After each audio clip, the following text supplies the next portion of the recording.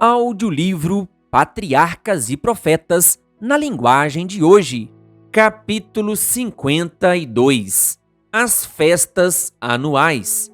O povo de Israel estava rodeado de tribos violentas e guerreiras, ansiosas para se apoderar de suas terras. No entanto, 3 vezes ao ano, todas as pessoas que tivessem condições de viajar deveriam deixar suas casas e ir ao lugar onde era realizada a assembleia, próximo ao centro do país. O que poderia impedir que essas casas desprotegidas fossem atacadas pelos inimigos e destruídas pelo fogo e pela espada?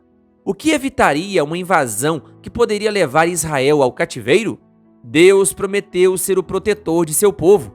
Expulsarei nações de diante de você e ampliarei o seu território.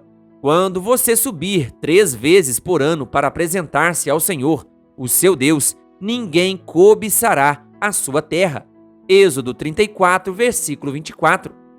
A primeira festa, a Páscoa, era comemorada no mês de Abibe, o primeiro mês do ano judaico, que corresponde ao fim do mês de março e início de abril. O frio do inverno tinha passado, a temporada de chuva acabado e toda a natureza se alegrava com o frescor e a beleza da primavera. O pasto verde cobria as colinas e os vales, e as florestas silvestres enfeitavam os campos. A lua, já quase cheia, tornava as noites bastante agradáveis. Por toda a terra, grupos de viajantes seguiam rumo a Jerusalém. Pastores, criadores de gado, pescadores do mar da Galileia, fazendeiros e filhos dos profetas das escolas sagradas. Todos se dirigiam para o lugar onde a presença de Deus era revelada. Muitos iam a pé. As caravanas se tornavam muito grandes até chegarem à Cidade Santa. A alegria da natureza despertava o louvor no coração de Israel. O povo cantava lindos salmos hebraicos que exaltavam a glória e a majestade de Jeová. Ao som da trombeta e dos símbolos, erguiam-se centenas de vozes em ações de graças, formando um grande coral. Alegrei-me quando me disseram: vamos à casa do Senhor. Salmo 122, versículo 1. Ao olharem ao redor e verem as colinas onde os pagãos havia muito tempo ofereciam seus sacrifícios, os filhos de Israel cantavam: levanto os meus olhos para os montes e pergunto: de onde me vem o socorro? O meu socorro vem do Senhor, que fez os céus e a terra. Salmo 121, versículos 1 e 2. Quando alcançavam o topo das colinas e contemplavam a Cidade Santa, olhavam com reverente temor para a multidão de adoradores que se dirigia para o templo. Ao ouvirem as trombetas dos levitas anunciando o início do culto sagrado, eles se inspiravam naquele momento e cantavam: grande é o Senhor e digno de todo louvor na cidade do nosso Deus. Seu santo monte, belo e majestoso, é a alegria de toda a terra. Como as alturas do Zafon é o monte Sião, a cidade do grande rei. Salmo 48, versículos 1 e 2. Abram as portas da justiça para mim, pois quero entrar para dar graças ao Senhor. Salmo 118, versículo 19. Todas as casas de Jerusalém ficavam de portas abertas para receber os viajantes e a hospedagem era oferecida gratuitamente. Como não havia acomodações para todos, muitos armavam suas barracas onde tivesse algum espaço na cidade e nas colinas ao redor. A Páscoa era festejada no 14º dia do mês, à tarde. As cerimônias solenes e impressionantes comemoravam a libertação do cativeiro no Egito e apontavam para o sacrifício futuro que libertaria da escravidão do pecado. Quando o Salvador deu sua vida no Calvário, o significado da Páscoa foi cumprido e teve início a celebração da Ceia do Senhor, como um memorial do mesmo acontecimento que até aquele momento era simbolizado pela Páscoa. O significado das festas. Logo após a Páscoa, começavam os 7 dias de comemoração da festa dos pães asmos. As primícias, ou seja, os primeiros frutos da colheita do ano, eram apresentados ao Senhor no 2º dia da festa.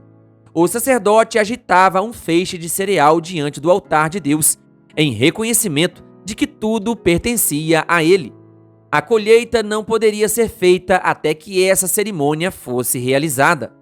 50 dias depois de oferecer os primeiros frutos, ocorria o Pentecostes, a festa da ceifa. Como uma expressão de gratidão pelo grão, 2 pães assados com fermento eram apresentados a Deus. O Pentecostes era comemorado por apenas um dia.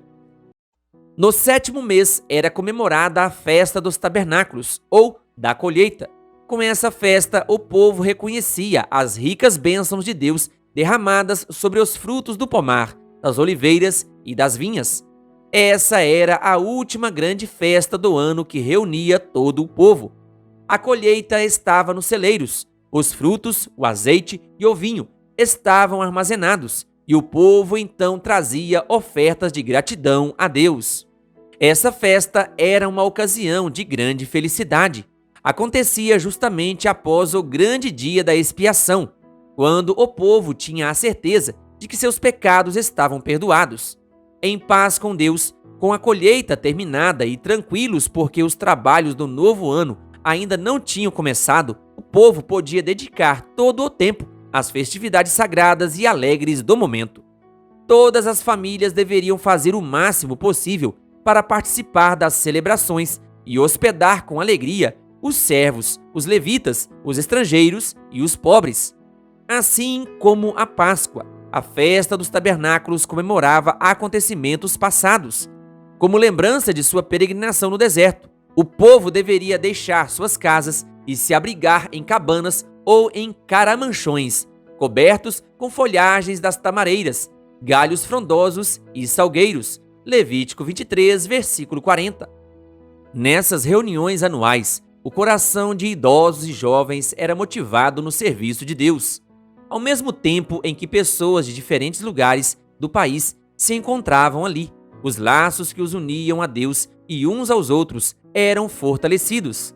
Assim como Israel comemorava o livramento realizado por Deus em favor de seus antepassados e como ele miraculosamente os tinha preservado durante suas viagens depois que saíram do Egito, devemos também recordar com gratidão os meios que ele providenciou para nos tirar das trevas para a preciosa luz de sua graça e verdade.